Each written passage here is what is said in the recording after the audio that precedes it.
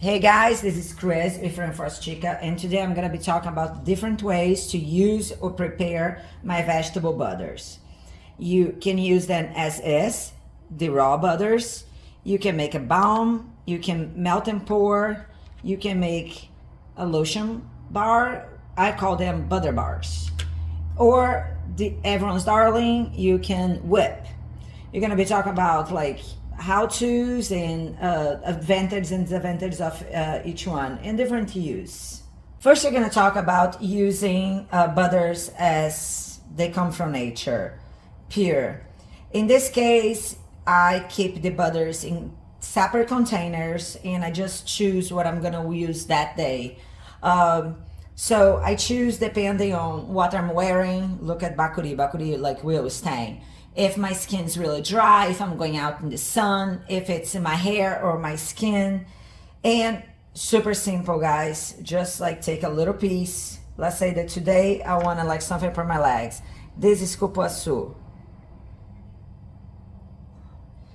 The melting point of these butters is below your body temperature. So they will melt in your hands, okay? They melt in your hands and you apply. It's not that hard, and the butters have like a longer shelf life because you're not heating them, you're not mixing them. You can choose which one, you know, like whatever usage, and you get more close and personal with the butters. So you know more about the butters, you know, like their smell, their texture, their behavior in skin, you know which works better for you. For example, this one is Murumuru. Murumuru and Tucumán butters are my favorites for like a little leave-in. You know, they form a barrier, like, you know, like a protective layer on your skin and hair. So they're perfect leave-in for curly hair and for like, you know, like hair like prone to flyaways. So this is, okay, it's not fancy, but it is a great way of getting to know the butters and getting to know how your body react to the butters. And super simple, right, guys? So I always recommend you, when people buy many of my products, I say, you know what, use like them like alone. Just use like a single product in your body, skin or hair for a few days, so you get to know how that product works for you. Okay, I have a couple butters that are too hard to be used this way, Ukuba. And cocoa butter, you can still like apply, like, but it's not as, you know, it's not gonna melt in your hands. So ukuba and cocoa butter are the two butters that have like a higher melting point. They don't melt in your hands. They don't melt at like a body temperature. But my other butters, you can use like this. Now we're talking about whipped butters. Oh my God, whipped butters, like everyone's darling. Everyone loves whipped butters, and what's not to like? This one's a little bit firmer. So a whipped butter can be just one butter whipped. When you whip a butter, you bring air into that butter, okay? So it gets fluffier, it gets lighter. It's the same butter, guys. It's the same properties, but it just gets like fluffier. Like usually like softer because there's air in there and easier to apply. The disadvantages of like whipped butters, one disadvantage actually is like if it melts. When it melts, like if you like if you want to carry with you, or if you ship it, if you're a business and you ship it, if it melts, it goes back. So you lose that air, so it goes back to its, for example, if you whip a little tiny bit of butter, you're adding air to it, so it expands. The weight is the same, but like the volume like expands, increase. So once this was like just a little tiny bit of butter when I started whipping, and the volume increased. If it melts, it goes back to being like to the previous volume. So, you know, it just looks different. It doesn't look that appealing if the customer gets that in their house and it's not like all whipped and fluffy like they saw on Instagram. They complain. The great thing about the whipped butter is you can do a blend.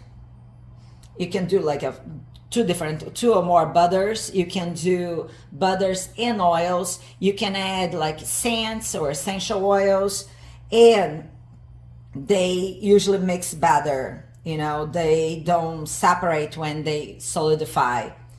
We're going to talk about that when the melt and pour. So basically, to whip a butter, you melt that butter, or you make it like, it don't need to melt completely, but make it very soft, and you just whip. Some people whip by hand. They must be super strong. I can't. This one is murumuru, cupuaçu, and buriti, the oil buriti. It's phenomenal. It's fun. It looks pretty. Let's see. It's way easier to apply, and you don't have to melt in your hands. You know, it's way easier to apply than just a pure butter. Like I said, it's awesome. I always recommend people trying the individual products alone to know how your skin and body loves them, if it's the best for you, so you can add more or less on your whipped butter. But if you have a recipe that you have your heart, like, I mean, I have many recipes. I love like mixing stuff. Just go for it. Melt the butters first, and then add the oils. I usually heat the oil a little bit before, and then they have like solidify a little bit, which can happen like in like room temperature, or you have to like throw like them in the fridge for a little bit, and then you start whipping. That's like the most popular way of like using the butters, vegetable butters. Now you're going to talk about melt and pour. Melt and pour is very like self-explanatory. You melt and pour. Usually use melt and pour to mix two or more products. Otherwise, you don't have to melt and pour. Just use the butter alone. This one here is bakuri butter and prakashi oil. Okay, so check it out, like exactly how. Look how soft and beautiful. See this? So let me show you again. That's the bakuri. It's soft, but it's not that smooth. So I mixed the bakuri with this one was just like more than 3/4 bakuri and just a little bit of prakashi. I mixed both of these butters because they are the butter and the oil, because they're great for like dark spots and to prevent like no stretch marks.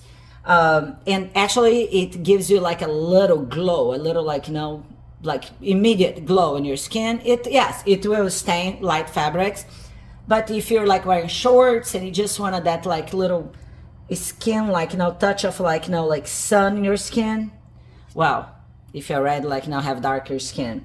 But even like for like pale skin, like this works. So this melt and pour. Melt and pour, usually if you just do melt and pour, if only butters, you're gonna have to melt in your hands, just like you had to do with like the pure butters. If you use oil in your melt and pour, then the melting point goes down, so it gets like softer. Okay, so this one is 3/4 butter and 1/4, a little bit less of an oil. So the melt and pour is awesome, because what happens in the melt and pour is you're not like increasing the volume. So if it melts, it goes back to exactly the same volume. The difficulty you have with melt and pour is once you melt the different products, and if you let them solidify like slowly at room temperature, what's gonna happen is there will be a separation, because the oil is gonna solidify quicker. So the oil solidifies, and then the butter solidifies quicker, because the butter is solid at room temperature. So it's gonna want to solidify, and the oil is going to be like, I'm not prepared to solidify. I'm not going to solidify. So they separate. So when you do a melt and pour, you have to like get them in a cooler, pop in your fridge a little bit, pop somewhere cool for a little bit, so they can solidify together. Otherwise, they're going to separate. And you're going to see like the little white spots when they separate. And people are like, oh, it's mold. Guys, mold doesn't grow where there's no water. So there's no mold in butters. They just solidify. Also, if you buy a butter, one of my butters that just melt and pour, or if you make a butter and it kind of like separates and looks a little bit ugly, just like heat it a little bit, okay? You can throw like in, you know, you can put like under like hot water. You can like pop like in a microwave for like, you know, 30 seconds. If it's just a small quantity like this, it doesn't really matter how you remelt it. Then you melt and you pop in the fridge. It's gonna be like beautiful. Look at this. I know some people don't like this dark butter, but oh my gosh, this is so luxurious. You guys have no idea. And so easy to apply to. So the melt and pour is awesome if there's like an oil in there or a very, very soft butter, okay? Now you're gonna talk about butter bars. People will call them lotion bars, but since these are like, there's no water, there's just butters and oils, I call them butter bars. Butter bars are butters and oils made solid by adding a hardening agent. My 12-year-old like, you know, has fun with the hardening agent. So the hardening agent can be like, it's usually a wax. This is beeswax. There are many, many waxes in the market now. You have to study the melting temperature, the melting point, and the temperature that wax melts, if it's harder or softer, to figure out your recipes, okay? With like beeswax, if you want beeswax, if you want to also have oils, you need at least 1/3 to 1/4 of beeswax in that mix. This one is bacuri, cocoa, cupuaçu, and andiroba. I made this one for small jobs, cuticles, like little like spots, like some scars, like, you know. I love the advantage of like a butter bar is like they're fun, they're pretty, they're fun, they're easy to apply. You don't make a huge mess in your hands applying. The disadvantage is, yes, they do melt. And then you're gonna have like, you know, to pour them in a little container, in a little mold, and make them like this again. They will melt. Another disadvantage of like a butter bar is I particularly like them for smaller jobs, for smaller areas. Don't get me wrong, people make beautiful lotion bars that like are easy to use in your legs or kind of like a soap. I like them better for like smaller areas, okay? Actually, I have this scar here that I have to work on it. So a butter bar is can be vegan. You can add like scents. You can add like a fragrance or essential oils. You can carry with you. If you make it like hard enough, you can carry in your purse, and it's like super easy to pop out, of a little container and do that quick applying. And you can get so creative, a lotion bar. You can get like so creative. So yes, that's the fun of lotion bars. And look at them. Look at them. Looks like a little cake, like a little cupcake. And there's like beautiful molds out there now for lotion bars. So yes, that's a good, the butter bars. Butter bars. Say that like 5 times quick. Butter bar, butter bar, butter bar. Anyways, butter bars. And last but not least, I have to add balms as a great use for my butters. Balms usually, by definition, I think they have some like healing or therapeutic property. Okay, so balms are usually, I'm talking about products with no water. Okay, there's no emulsified products in this video. So balms, like most people usually, they infuse the oils with herbs, or they add like some herbs of it. This balm is one of my best sellers. Is tucumã, cupuaçu, tucumã, butter, and copaíba and açaí. Copaíba is a resin, açaí is an oil, and I make it with beeswax, and I make it with candelilla. So I make the vegan and the non-vegan version. It's a best seller. I give my recipe out freely. You can try to make yours. Just please, please, please buy my products. So I added like this mostly because I also want to show you guys something. This balm and this balm are the same, okay? same recipe, same amounts, same even bottle of like same like batch of the products. But this batch was made with the acai from the top of like the bottle, the big container. And this one was made with the very last bit of acai I had in that acai oil that I had in that container, and it was thick. It was very thick. It was like almost like gelatinous. Well, gelatinous. So look how much darker it got. Amazing, isn't it?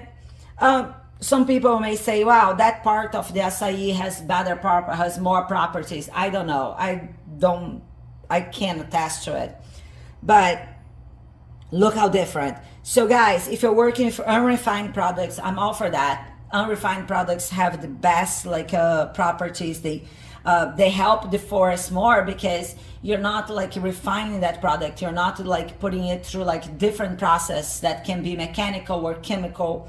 So yes, use unrefined products, but remember that you may receive like, you know, products that like each batch can change a little bit.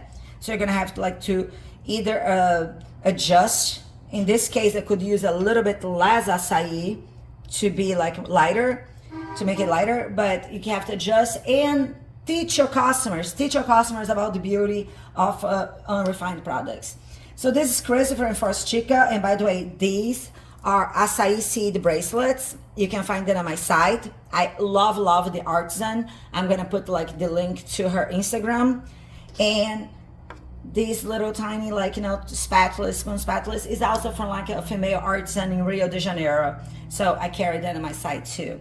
You guys have a great Sunday, and I hope you learned something on this video.